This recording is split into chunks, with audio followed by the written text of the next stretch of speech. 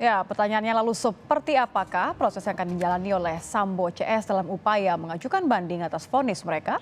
Kita akan membahasnya bersama Hipnu Nugroho, Guru Besar Fakultas Hukum Unsur. Prof. Hipnu, selamat malam. Selamat malam Mbak Nitya.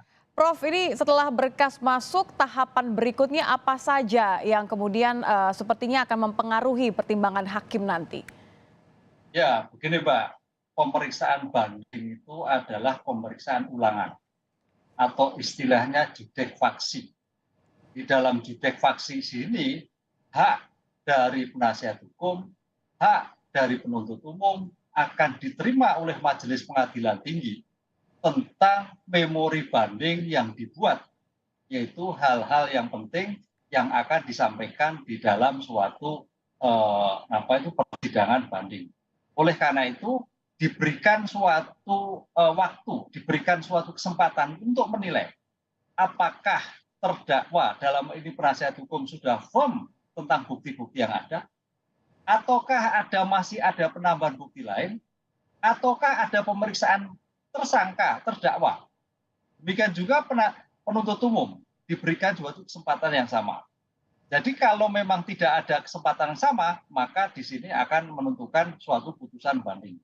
Nah, di dalam pasal 238 ayat 2 Mbak Nitya, dalam konsep pemeriksaan banding itu karena pemeriksaan ulangan, itu masih dimungkinkan seandainya Sambo diperiksa kembali. Termasuk juga saksi-saksi yang lain yang akan diajukan seandainya akan diperiksa. Itu sangat dimungkinkan dalam keadaan tertentu. Memang tidak lazim yang selama ini karena hanya pemeriksaan dokumen. Tapi karena sebagai pemeriksaan ulangan yang diamanatkan dalam pasal 238 ayat 2 masih dimungkinkan. Karena dalam hal hukum pidana adalah mencari kebenaran material. Sehingga Ini konsep terdengar seperti celah ya, Prof ya. Kalau kita lihat ada kemungkinan diperiksa kembali, ada kemungkinan terus kemudian memberikan temuan-temuan baru. Anda melihat bahwa Sambo CS punya celah untuk mendapatkan vonis yang lebih ringan? ya semua masih berharap Mbak. Jadi Sambo masih berusaha sepenuhnya untuk mendapatkan suatu hukuman yang lebih ringan. Paling tidak seumur hidup atau paling tidak diinginkan adalah 20 tahun. Ini usaha yang terus dilakukan oleh Pak Sambo, baik dengan saksi yang dihadirkan ataupun tafsir hukum tentang 340. Jadi masih dimungkinkan Mbak dalam suatu peradilan ini bahwa apa yang dilakukan oleh penasihat hukum itu semaksimal mungkin. Karena berpikir bahwa bagaimana juga dia mencari hukuman yang paling ringan di antara dakwaan yang pasal 340.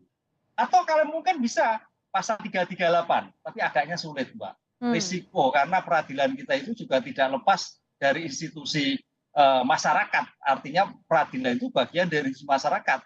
Sehingga harus mendengar juga keinginan masyarakat ketika bukti-bukti yang disampaikan itu sudah cukup di dalam suatu persidangan. Oke, jadi menurut Anda ketika akan ada temuan baru misalnya nanti ya, ini masih memberikan kemungkinan bahwa hasil dari putusan di tingkat pengadilan tinggi ini tidak akan menguatkan vonis di pengadilan negeri? Ya, sepanjang bukti yang diajukan oleh penasihat hukum bernilai atau tidak, mempunyai kekuatan hukum atau tidak. Kalau memang tidak, ya berarti putusan pengadilan banding nanti akan menguatkan apa yang dilakukan oleh putusan pengadilan negeri. Karena ada 3 kemungkinan Mbak putusan banding itu. Menguatkan putusan pengadilan negeri, merubah putusan pengadilan negeri, ataupun merubah, menambah, mengadili sendiri terhadap putusan di banding. Ini 3 kemungkinan.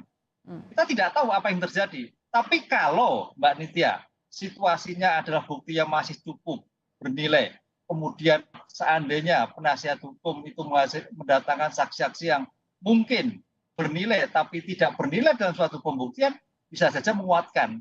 Jadi artinya pengadilan tinggi masih mengadopsi putusan yang ada pada pengadilan negeri. Kan itu masih dimungkinkan. Oke, kalau mengenai tahapannya, Humas dari Pengadilan Tinggi sudah menyebut bahwa rencananya tanggal 12 April ini akan dibacakan putusannya untuk Sambo. Tapi apakah ada kemungkinan bahwa tidak hanya Sambo, melainkan keempatnya akan dibacakan berbarengan? Sangat mungkin, karena asas hukum kita adalah peradilan cepat sederhana dan biaya ringan. Satu. Kedua, dari asas tepat tersebut, SEMA Mahkamah Agung itu merekomendasikan maksimal suatu perkara banding adalah 3 bulan.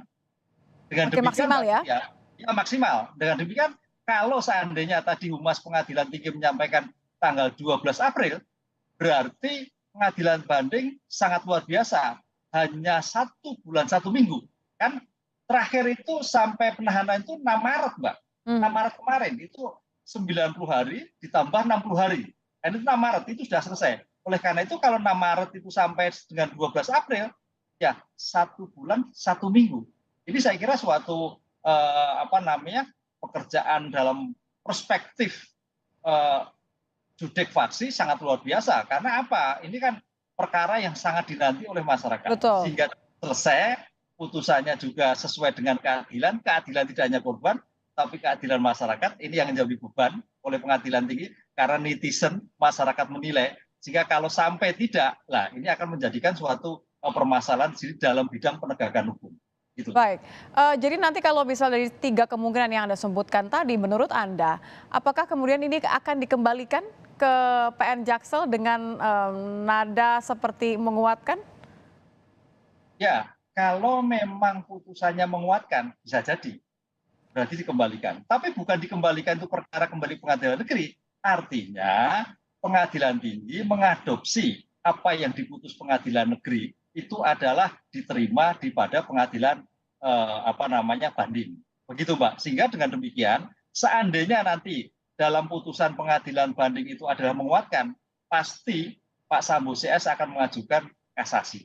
Itulah bukan. Karena putusan yang dimaksud pengadilan mengembalikan itu artinya putusan pengadilan negeri itu adalah diambil alih di dalam pengadilan banding. Bukan dikembalikan perkaranya, tapi adalah pemikirannya, pertimbangannya, putusannya, sehingga disamakan dengan pengadilan banding. Karena apa yang terjadi, faktanya sama, teorinya sama, tafsirnya sama, termasuk dakwaannya sama, sehingga sampai putusan yang dijatuhkan pun juga diambil alih oleh Pengadilan Tinggi. Artinya seperti itu, Mbak. Baik, kita akan lihat bagaimana tanggal 12 April. Terima kasih Prof. Hipnu sudah bergabung bersama kami di Kompas Malam. Salam sehat, Prof.